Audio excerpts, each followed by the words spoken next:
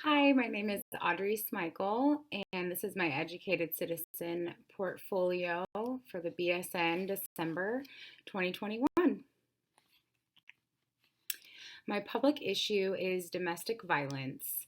Nebraska Department of Health and Human Services defines domestic violence as a pattern of behavior in any relationship that is used to gain or maintain power and control over an intimate partner.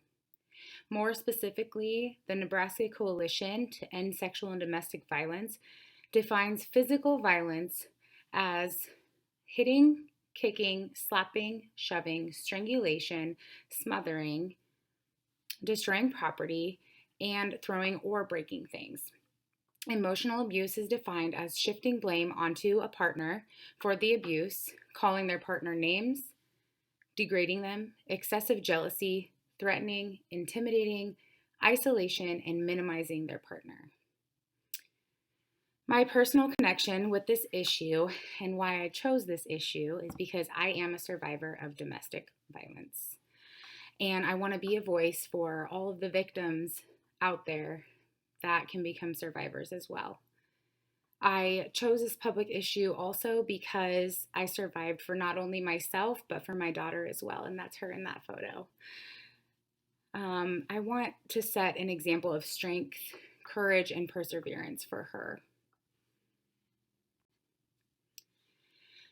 Reflective individual, number one, experience one, vulnerability.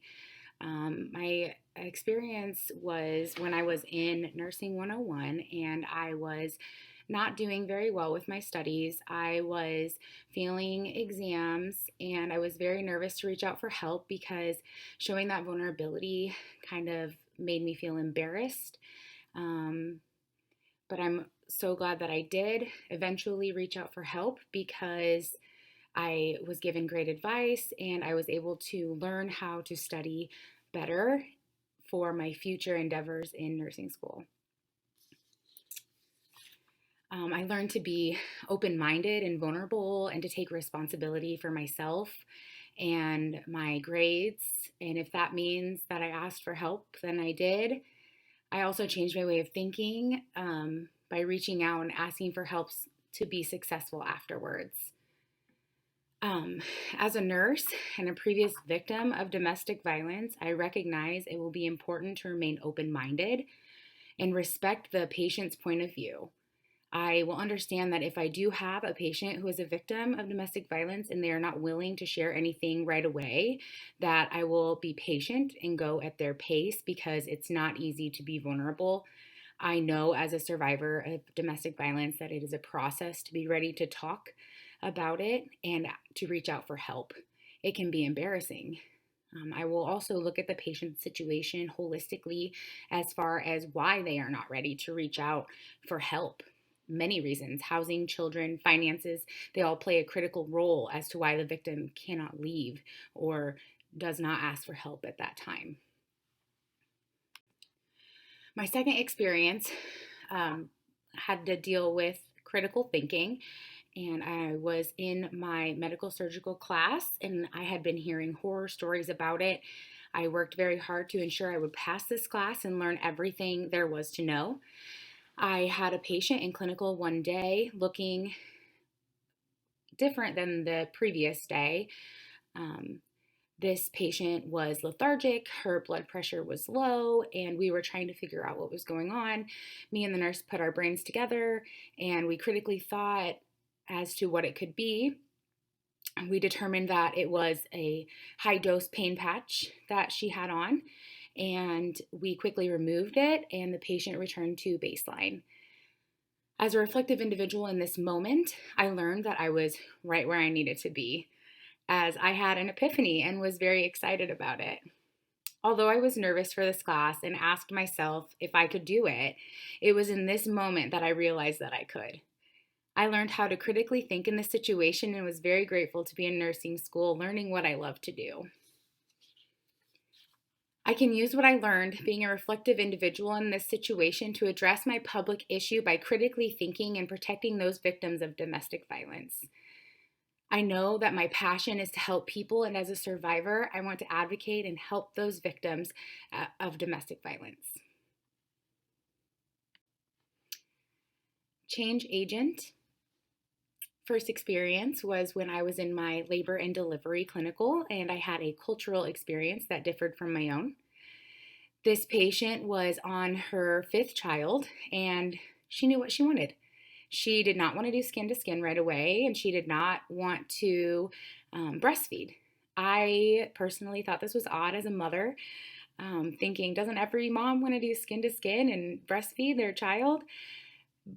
But I was very uneducated and unaware of this type of cultural difference, as I was under the impression that all moms wanted to do this.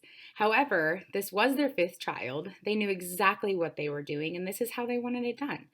They were very nice people and allowed me to watch and learn, which was great because I became more educated after this experience.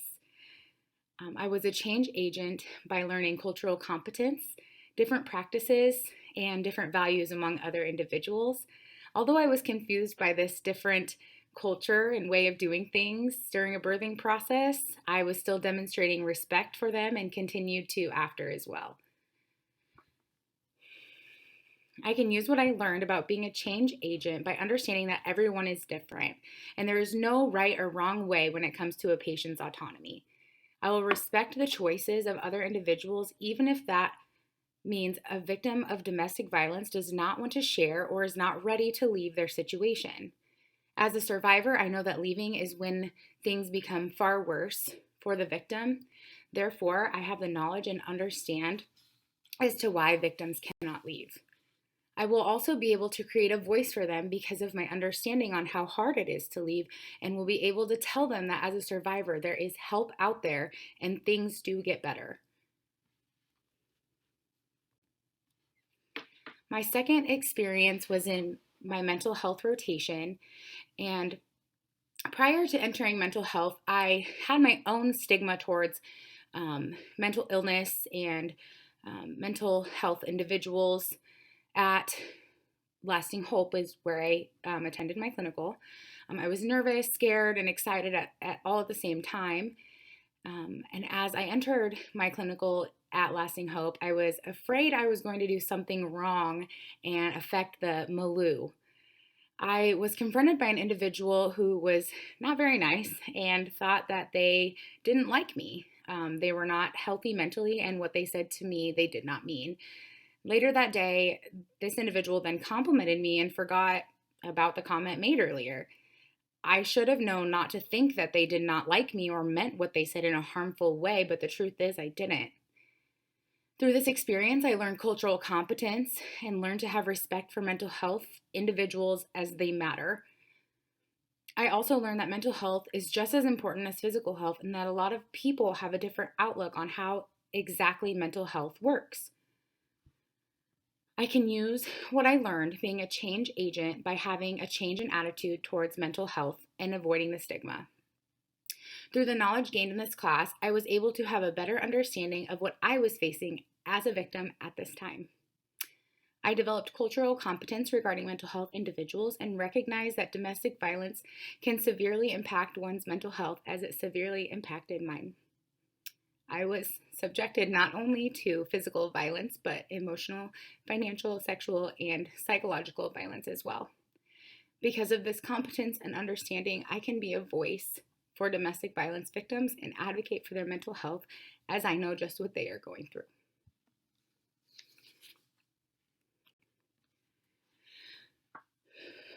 My effective communicator experience, my first one was when I was in summer patho with Dr. Henricks, and there was a day that I was just not acting like myself as I was going through a rough patch in my life. I was usually one to engage in the class and ask questions, and when she noticed my change in behavior, she asked me after class if everything was okay. I communicated my situation with her, sobbing in her arms as she hugged me. I was not used to showing this much vulnerability, but I followed my gut because I knew I had to do what was best for my daughter and me. She reached out to another faculty member who wanted to help and offered me emergency campus housing. At first, I was stunned at the amount of compassion I was being shown, and I didn't know how to handle it. Part of me wanted to say no and that it was okay, but I stepped out on faith and accepted the generous offer. I learned that being an effective communicator means asking for help, showing vulnerability, and understanding that others can see verbal cues as well. Through the instructor and faculty helping me through this situation, I also learned that being an effective communicator also requires us to be expert listeners. I can use what I learned to address my public issue by having an awareness of the many ways that people communicate. Victims may not come out and directly ask for help.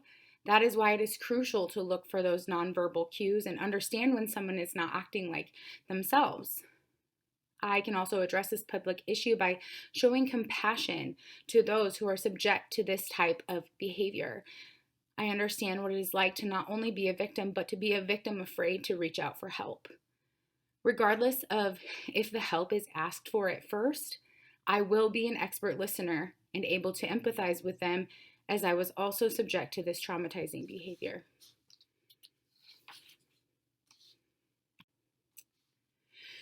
My second experience with being an effective communicator was when I was in my very first class at Methodist, my speech class, critical reasoning, and I was terrified.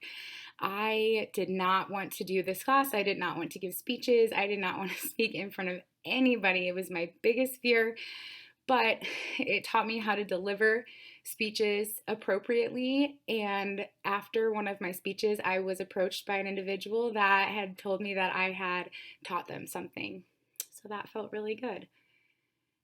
Being an effective communicator and delivering speeches in this class, I learned that I was able to provide the appropriate knowledge and educate my peers.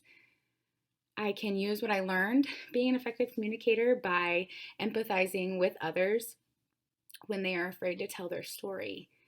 I will also be able to instill hope in victims by effectively communicating my story and showing them that there is a light at the end of the tunnel. I was in a domestic violent relationship for 8 years, and I truly thought that I would never escape. Although the escape was violent, it set me free, and here I am, graduating from nursing school next month. I not only survived, but I became a warrior, and I'm finally living the life I always dreamed of.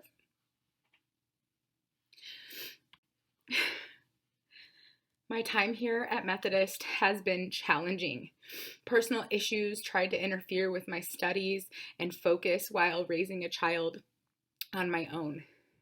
I weathered the storm and persevered.